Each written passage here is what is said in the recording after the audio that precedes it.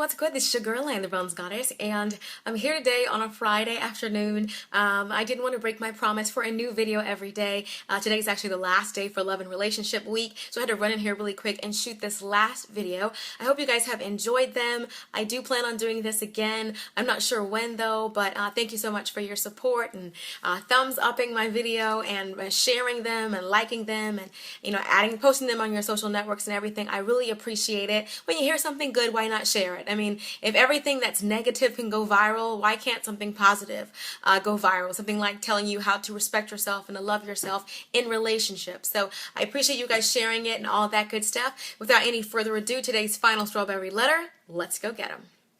I want to set this scene by giving you a little background on me. I am a degreed single mother, recently turned entrepreneur. In 2011, I left my husband because I was very unhappy in the relationship. I can point fingers and play the blame game, but the point is that I did not love him. I didn't even take his last name when we got married because I didn't want to carry it. I knew that was unfair to him, so I left in hopes that he will find someone who loves him. Also, while married to him, my unhappiness as his wife turned me into a very ugly person. My ex-husband gives me heck now because he wants me back. After I left my ex-husband, I began dating a man who I knew for years. Because I knew him for such a long time, I trusted him and I fell in love with him easily. Ultimately, the relationship did not work. Initially, he was messing with his ex, but ultimately I was unhappy with him because our relationship seemed empty. He is a doctor and provided stability, but he sucked as a partner.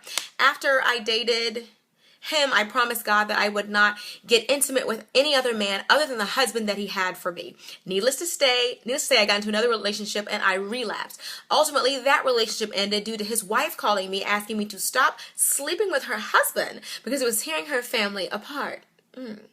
Apparently, she knew about me, but I didn't know about her. This was all more than a shock to me because we're always together and he treated me like a princess. I left that man alone and he still contacts me to this very day.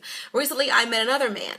I'm gonna get you together. But okay, he seemed he seemed to be everything I prayed for. We just clicked, but I have been scared straight. I have spoken to him regarding premarital sex, and although it's not something that he's used to, he respects it, but I am the one who's struggling. But there aren't very many single, young, got their lives together with good credit, looking so good they make you want to break your neck, men lining up to my failed to break the cycle single mom door. I am trying my best to stand by my vow, but not only am I very sexually attracted to this man, but I also feel that I should be doing something more. I mean, it's possible that a guy will really stay with me and want to marry me? The last two guys had children themselves, but they played me like lotto. Can this man really be into me in spite of the fact that I have a son? And is it possible that he will be willing to wait for marriage before having sex with me?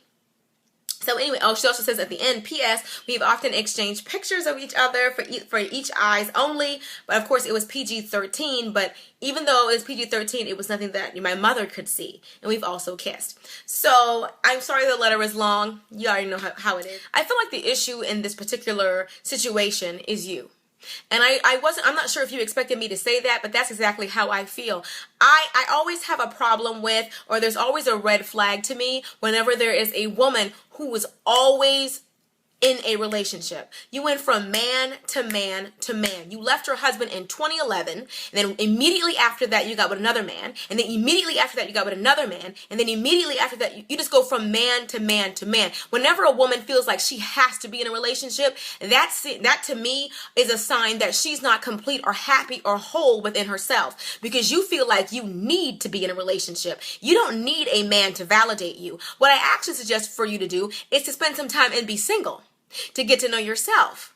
I don't understand. First of all, you married the first man and you said that you didn't even love him. Now, you went into depth about all the other stuff, but that's key to this particular story. Why did you marry a man that you didn't love?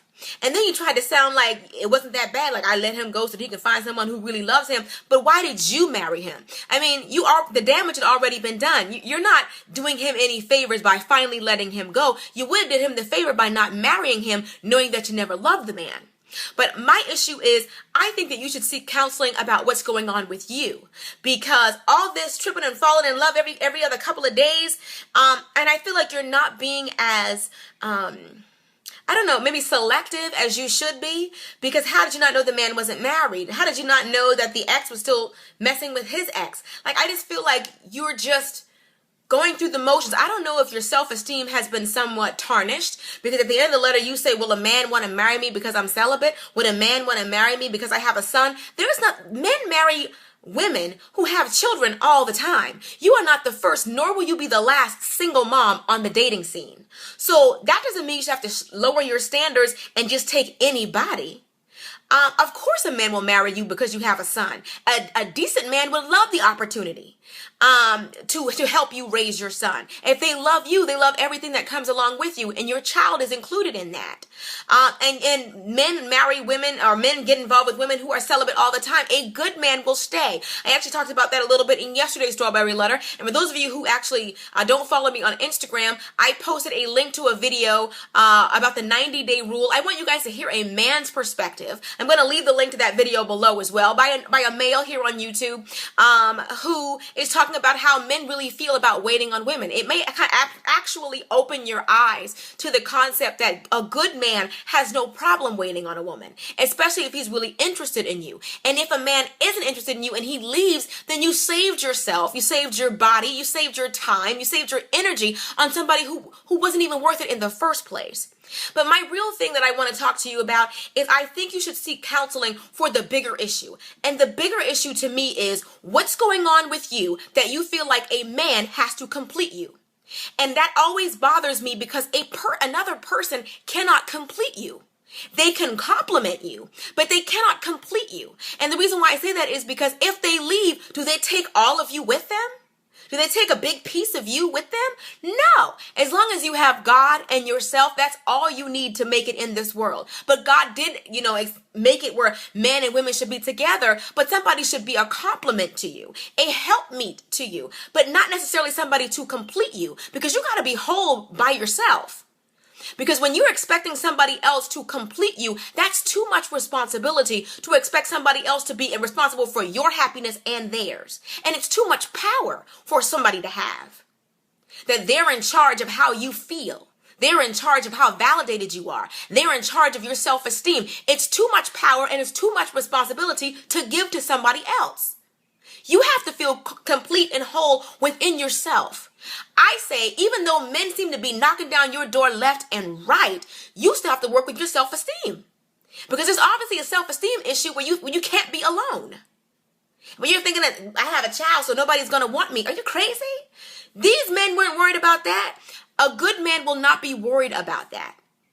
It's not, I think that you're in a great position to find someone. And if the man that you have right now is the man that God has chosen for you to be with, then he'll have no problem waiting for you. Because a good man will do that. And if he's not, then you saved your body, because you've given sex to all these other guys. Where has that gotten you? And that's another thing. So that's what you do? You think that having sex with a man will keep him? How's that worked out for you so far? How'd that work out with the doctor or with the other woman's husband? Throwing sex around don't guarantee you a man. Don't you know that by now? Haven't these last few relationships shown you that tossing sex around like a football doesn't keep a man? It doesn't even get a man.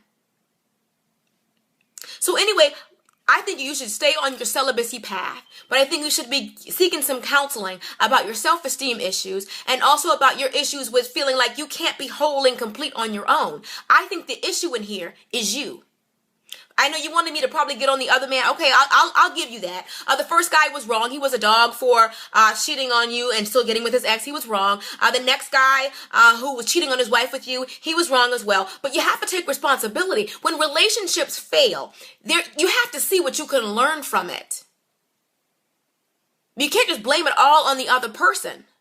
Even if your only fault was that you didn't look into them enough. There's still something that you can take away from the relationship. I heard somebody once say that she was with a man and they were breaking up, and she asked the man if she did anything wrong, and he said no, and she went on about her life. Yeah, he's probably saying that because he didn't want to hurt your feelings, but you still have to take an introspective look at yourself and see what you may have done wrong or what you could have done differently or what you can learn from the situation. A failed relationship is an opportunity for you to take a retrospective look at yourself. What can I change? How has that relationship made me better? What can I learn from this relationship?